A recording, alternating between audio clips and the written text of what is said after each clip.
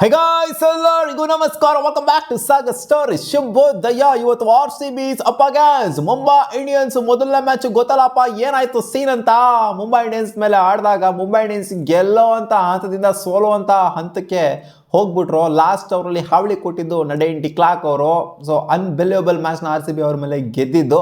So ಖಂಡಿತ Mumbai Indians competition ಕೊಡ್ಬೋದಾ ಅಂತ ಕೇಳಿದ್ರೆ ಖಂಡಿತ 100% ಕಾಂಪಿಟೇಷನ್ ಕೊಡ್ಬೋದು. ಬಟ್ ಅನ್ಫಾರ್ಚುನೇಟ್ಲಿ ಮುಂಬೈ ಇಂಡಿಯನ್ಸ್ ಅವರು ಲಾಸ್ಟ್ 3 ಮ್ಯಾಚ್ನ ಸೋತ್ಬಿಟ್ಟು ಬರ್ತಾ ಇದ್ದಾರೆ. ಹ್ಯಾಟ್ರಿಕ್ ಸೋತ್ಬಿಟ್ಟು ಬರ್ತಾರೆ ಅಂತ ಮುಂಬೈ ಇಂಡಿಯನ್ಸ್ ಮೇಲೆ ನಾವು ಕೂಡ ಸೋತ್ಬಿಟ್ಟು ಬರ್ತಾ ಇದ್ದೀವಿ.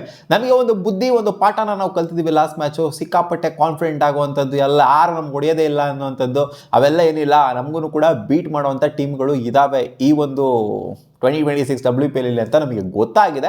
ಸೊ ಮುಂಬೈ ಇಂಡಿಯನ್ಸ್ ಸಿಕ್ಕಾಪಟ್ಟೆ ಕಾಂಪಿಟೇಷನ್ ಕೊಡಿರೋ. ಹಂಗೆ ನೋಡೋಕೆ ಹೋಯ್ತು ಅಂದರೆ ಅವರೇ ಗೆಲ್ಲಬೇಕಾಗಿದ್ದು ಮ್ಯಾಚು. ಆ ಕ್ಯಾಚ್ ಡ್ರಾಪ್ಗಳು ಜೊತೆಗೆ ವಿಕೆಟ್ ಕೀಪರ್ ಮಾಡಿದಂಥ ಮಿಸ್ಟೇಕು ಆ ಮ್ಯಾಚಲ್ಲಿ ಅದು ನಮಗೆ ಮ್ಯಾಚ್ನ ಟರ್ನ್ ಮಾಡ್ತು. ಸ್ವಲ್ಪ ಲಕ್ ಫ್ಯಾಕ್ಟರ್ ಕೂಡ ವರ್ಕೌಟ್ ಆಯ್ತು. ಯಾಕಂದರೆ ನಡೇನ್ ಡಿಕ್ಲಾಕ್ ಅವ್ರದ್ದು ಕ್ಯಾಚು 2 ಕ್ಯಾಚೇನೋ ಆ ಲಾಸ್ಟಲ್ಲೇ ಬಿಟ್ಟರು. ಅವ್ರ ಕ್ಯಾಚ್ ಡ್ರಾಪ್ಗಳು ಅವ್ರಿಗೆ ಮ್ಯಾಚ್ನ ಕಾಸ್ ಮಾಡಿದ್ದು.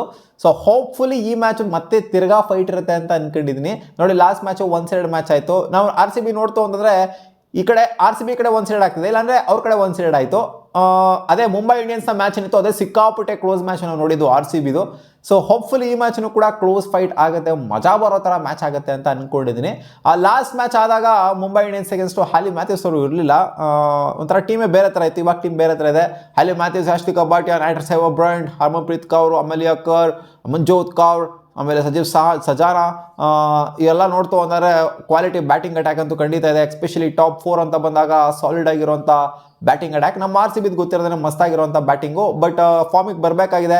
ನಮ್ಮ ಗ್ರೇಸ್ ಹ್ಯಾರಿಸ್ ಅವರು ಫಾರ್ಮಿಗೆ ಕಂಡ್ಕೊಂಡಿಲ್ಲ. ಆಗಲೇ ಸುಮಾರು ಮ್ಯಾಚ್ ಆಯಿತು, ರನ್ಸ್ ಬಂದಿಲ್ಲ ಅವರ ಬ್ಯಾಟಿಂದ.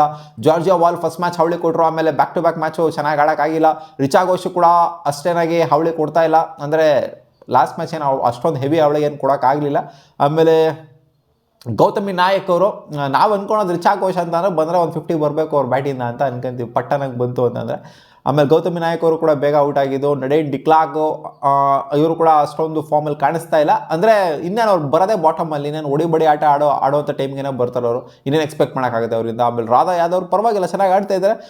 ಒಟ್ಟಲ್ಲಿ ಬೌಲಿಂಗ್ ಅಂತ ಬಂದಾಗ ಪರವಾಗಿಲ್ಲ. ಅವರು RCB ಚೆನ್ನಾಗಿ ಮಾಡ್ತಿದ್ರು. ಲೋರನ್ ಬೆಲ್ ಆಗಿರ್ಬೋದು, ಸಾಯಲಿ ಸತ್ಗೇರಿ ಆಗಿರ್ಬೋದು, ಅರ್ಲಿ ಬ್ರೇಕ್ ತೊಗೊಂಬಂದು ಕೊಡ್ತಾರೆ. ಯಾರೊಂದು ತಿರುಗಿನ ವಾಪಸ್ ಕರ್ಕೊಂಡ್ಬಂದಿದ್ದಾರೆ. ಆಮೇಲೆ ಶ್ರೇಯಾಂಕ ಪಾಟೀಲ್ ಲಾಸ್ಟ್ ಮ್ಯಾಚು ಬೌಲಿಂಗಿಂದ ಏನು ಫಾಲ್ಟ್ ಇರಲಿಲ್ಲ, ಬ್ಯಾಟಿಂಗಿಂದನೇ ಫಾಲ್ಟ್ ಇದ್ದಿದ್ದು. ಬೇಗ ಔಟ್ ಆಗಿದ್ದು. ಅದು ಬಿಟ್ಟು ನೋಡ್ತು ಅಂತಂದರೆ ಹೋಪ್ಫುಲಿ ಈ ಮ್ಯಾಚು RCB ಮತ್ತೆ ಓದ್ಸಲಿ ಅವ್ರು ಗೆಲ್ಲುವಂಥ ಮ್ಯಾಚ್ನ ನಾವು ಕಿತ್ಕೊಂಡಿದ್ವಿ. ಈ ಮ್ಯಾಚು ನಾವು ಕನ್ವಿನ್ಸಿಂಗಾಗಿ ಗೆಲ್ಲಬೇಕು. ಸೊ ಈ ಥರ ಕನ್ವಿನ್ಸಿಂಗಾಗಿ ಗೆತ್ತು ಅಂದರೆ ಒಂದು ಕಾನ್ಫಿಡೆನ್ಸ್ ಅನ್ನೋದು ಬರುತ್ತೆ. ಪಾಯಿಂಟ್ಸ್ ಟೇಬಲ್ ನೋಡ್ತು ಅಂದರೆ ಮಗ ಇವಾಗ ಯಾವ ಥರ ಇದೆ ಅಂತ.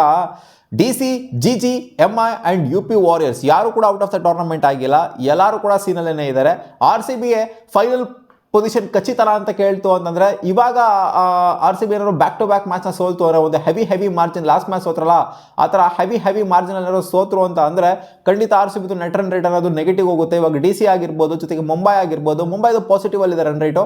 ಇನ್ ಕೇಸ್ ಏನಾದ್ರು ಅವರು ಬ್ಯಾಕ್ ಟು ಬ್ಯಾಕ್ 2 ಮ್ಯಾಚ್ನ ಸಖತ್ ರನ್ ರೇಟಲ್ಲಿ ಗೆಲ್ತು ಅಂತಂದರೆ RCB ನೆಗೆಟಿವ್ ಆಯಿತು ಅಂತಂದರೆ ಅವರು ಮ್ಯಾಚ್ ಮಾಡುವಂಥ ಸಾಧ್ಯತೆ ಇರುತ್ತೆ. ಅವರು ಕೂಡ 4 ಮ್ಯಾಚ್ನ ಗೆದ್ದಂಗೆ ಇರುತ್ತೆ. ಮುಂಬೈ ಇಂಡಿಯನ್ಸ್ ಅವ್ರು ಮ್ಯಾಚ್ ಮಾಡೋಕ್ಕಾಗಲ್ಲ RCBನ. ಇಲ್ಲಿ ಮ್ಯಾಚ್ ಮಾಡ್ತು ಅಂತಂದರೆ DC ಅವ್ರು ಮಾಡ್ಬೋದು, GG ಅವ್ರು ಮಾಡ್ಬೋದು ಅಷ್ಟೇ. ಯಾಕಂತಂದರೆ 3 ಮ್ಯಾಚ್ ಅವ್ರು ಆಲ್ರೆಡಿ ಗೆದ್ದಿದ್ದಾರೆ, ಇನ್ನೂ 2 ಮ್ಯಾಚ್ ಇದೆ ಅವರಿಗೆ. ಇಲ್ಲಿ DC ಮತ್ತು GG ನಮ್ಮ RCBಗೆ ಕಾಂಪಿಟೇಷನ್ ಇರೋದು. ಮುಂಬೈ ಕಾಂಪಿಟೇಷನ್ ಕೊಡೋಕ್ಕಾಗೋದಿಲ್ಲ ನಮ್ಮ RCBಗೆ. ಯಾಕಂದರೆ ಅವ್ರು ಒಂದು ಮ್ಯಾಚ್ ಕಡಿಮೆ ಗೆದ್ದಂಗೆ ಆಗುತ್ತೆ. UP ವಾರಿಯರ್ಸು ಕೊಡೋಕ್ಕಾಗೋದಿಲ್ಲ. ಸೊ ಸೀನ್ ಹೆಂಗಿದೆ ಅಂತಂದರೆ ಇಲ್ಲಿ ಡೆಲ್ಲಿ ಕ್ಯಾಪಿಟಲ್ಸ್ ಅವರು ನನಗೇನೋ ಕಾಂಪಿಟೇಷನ್ ಕೊಡ್ಬೋದು ಅಂತ ಅನ್ನಿಸ್ತದೆ. ಸ್ವಲ್ಪ ಹತ್ತಿರದಲ್ಲಿದ್ದಾರೆ ರನ್ ರೇಟು. ನೆಕ್ಸ್ಟ್ 2 ಮ್ಯಾಚ್ ಅವರು ಹಾವಳಿ ಮಾಡ್ಕೊಂಡು ಗೆಲ್ತು ಅಂತಂದರೆ GGಗೆ ಕಂಪೇರ್ ಮಾಡ್ತು ಅಂತಂದರೆ DC ಅವರು ಸ್ವಲ್ಪ ಬೆಟರ್ ಆಗಿದ್ದಾರೆ. ಅವ್ರು ಹಾವಳಿ ಮಾಡ್ಕೊಂಡು ಗೆಲ್ಲಬೇಕು, ನಾವು ಹಾವಳಿಗೆ ಬಲಿ ಆಗಬೇಕು. ಅಂದರೆ ಆ ಥರ ಸೋತ್ರೆ ಡೆಲ್ಲಿ ಕ್ಯಾಪಿಟಲ್ಸ್ ಅವರು ಫಸ್ಟ್ ಪೊಸಿಷನ್ಗೆ ಹೋಗುವಂಥ ಸಾಧ್ಯತೆಯೂ ಕೂಡ ಇರುತ್ತೆ. ನೋಡಿ, ಡೆಲ್ಲಿ ಕ್ಯಾಪಿಟಲ್ಸು ಒಂಥರ ಸೀಸನ್ ಸ್ಟಾರ್ಟಿಂಗಲ್ಲಿ ವರ್ಷಾಗಿ ಆಡಿದ್ರು, ಮತ್ತು ಇವಾಗ ಗೆದ್ದು ಸೋತು ಬೆಟ್ರಾಗಿ ಆಡ್ತಾ ಇದ್ದಾರೆ. ಬ್ಯಾಕ್ ಟು ಬ್ಯಾಕ್ ಮ್ಯಾಚ್ನಾಗ ಗೆದ್ದಿದ್ದಾರೆ. ಸೊ ಏನು ಬೇಕಾದರೂ ಆಗ್ಬೋದು, ಕ್ವಾಲಿಟಿ ಟೀಮ್ ಥರನೇ ಕಾಣಿಸಿದೆ. RCB ಮೇಲೆ ಬೇರೆ ಗೆದ್ದಿದೆ. ಸೊ ನೋಡೋಣ, ಇನ್ನೂ ಪಾಯಿಂಟ್ಸ್ ಟೇಬಲ್ ಓಪನ್ ಆಗೇನೇ ಇದೆ. ಏನು ಬೇಕಾದ್ರೂ ಆಗ್ಬೋದು. RCB ಫೈನಲ್ ಆಡ್ಬಿಡುತ್ತೆ ಕಡಾಖಂಡಿತವಾಗಿ ಅಂತ ನಾವು ಹೇಳ್ಬೋದು. 95% ಹೇಳ್ಬೋದು ನಾವು 2 ಮ್ಯಾಚ್ನ ಸೋತು ಕೂಡ ಆಡ್ತೀವಿ ಅಂತ. ಬಟ್ 2 ಮ್ಯಾಚ್ನ ಸೋತ್ಬಿಟ್ಟು 3 ಮ್ಯಾಚ್ನ ಹ್ಯಾಟ್ರಿಕ್ ಸೋತ್ಬಿಟ್ಟು ಫೈನಲ್ಗೆ ಹೋಗೋದು ಹೆಂಗಿದೆ, ಗೆದ್ಬಿಟ್ಟು ಫೈನಲ್ಗೆ ಹೋಗೋದು ಹೆಂಗಿದೆ. ಸೊ ಇದು ಪಾಸಿಟಿವ್ ನೋಟಲ್ಲಿ ಹೋಗಬೇಕಾಗುತ್ತೆ. ಫೈನಲ್ಗೆ ನೆಗೆಟಿವ್ ನೋಟಲ್ಲಿ ಹೋಯ್ತು ಅಂತಂದರೆ ಚೆನ್ನಾಗಿರೋದಿಲ್ಲ ಅಷ್ಟು. ಲಾಸ್ಟಿಗೆ ಮ್ಯಾಚ್ಗಳನ್ನೆಲ್ಲ ಸೋತ್ಕೊಂಡ್ಬಂದ್ಬಿಟ್ಟು ಫೈನಲ್ಗೆ ಹೋಗ್ಬಿಡ್ತು ಅಂತಂದರೆ ಸೊ ಗೆಲ್ಲಬೇಕಾಗುತ್ತೆ. ಇನ್ನೊಂದು ಮ್ಯಾಚ್ ಗೆಲ್ತೋನೆ, ಇವತ್ತಿನ ಮ್ಯಾಚ್ ಗೆಲ್ತೋನೆ, ಆಬ್ವಿಯಸ್ಲಿ ಫೈನಲ್ಗೆ ಗ್ರೀನ್ ಟಿಕ್ ಬಂದ್ಬಿಡುತ್ತೆ. ಫೈನಲ್ ನಾವು ಕೂತ್ಕೊಂಡ್ಬಿಡ್ತೀವಿ. ಯಾರು ಕೂಡ ಅಲ್ಲಾಡ್ಸೋಕ್ಕಾಗಲ್ಲ ನಮ್ಮನ್ನ. ಯಾಕಂದರೆ 6 ಮ್ಯಾಚ್ ಅಂತೂ ಯಾರೂ ಸಹ ಗೆಲ್ಲೋದಕ್ಕಾಗೋದಿಲ್ಲ ಈ ಒಂದು ಟೂರ್ನಮೆಂಟಲ್ಲಿ.